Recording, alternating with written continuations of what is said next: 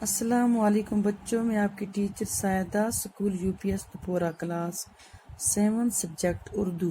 Topic ہے ہمارا جو آج 3 کہانیاں۔ بچوں ہم آج آپ کو کہانی سنائیں گے۔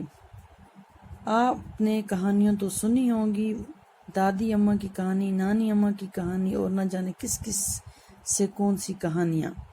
آج آپ اس سبق میں 3 کہانیاں پڑھیں گے جو ہیں تو مختصر سی کہانی، لیکن آپ کو ان کا مطالعہ کرتے ہوئے بڑا مزہ آئے گا۔ لیجئے شروع کرتے ہیں 3 کہانیاں۔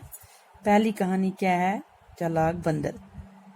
کسی دریا کے کنارے ایک آم کا درخت تھا۔ دریا کے کنارے اس درخت پر ایک بندر رہتا تھا۔ کیا رہتا تھا؟ بندر۔ اس دریا میں ایک مگرمچھ بھی رہتا تھا۔ دونوں میں بہت دوستی ہوگی۔ کس کس میں؟ بندر میں اور مگرمچھ میں۔ مگرمچھ بندر سے ملنے کے لیے آتا تو بندر اسے میٹھے آم کھلاتا تھا۔ بندر کیا کھلاتا تھا اس کو؟ میٹھے آم۔ کس کو؟ مگرمچھ کو۔ کبھی کبھی مگرمچھ آم اپنی بیوی کو کھلاتا۔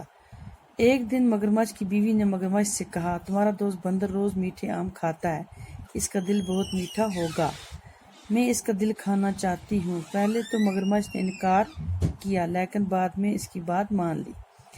مگرمچھ بندر کے پاس گیا اور کہا، دوست آج میرے گھر تمہاری دعوت ہے۔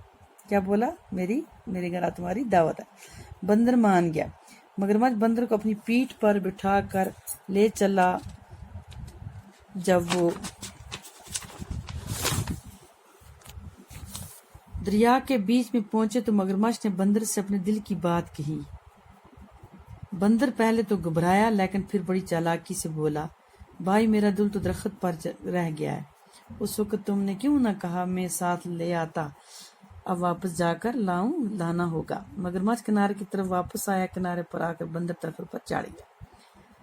مگرمچھ انتظار کرتا رہا، دیر ہوگی تو اس نے بندر کو پکارا۔ بندر نے کہا، دوست تم نے مجھے دھوکہ دیا، اب میں دھوکے میں نہیں آؤں گا، تم جا سکتے۔ مگرمچھ اپنا سامان لے کر چلا گیا، ناکامی سے واپس لوٹا۔ اس کے بعد بندر نے کبھی مگرمچھ کو آم نہیں دیے۔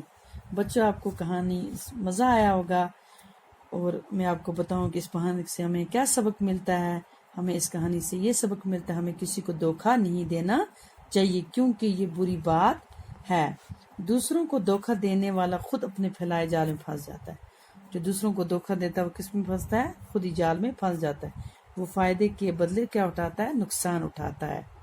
اچھا بچوں، آپ کو یہ کہانی سمجھ آئی ہوگی، اس کو آپ دوبارہ سے پڑھنا اور لرن کرنا۔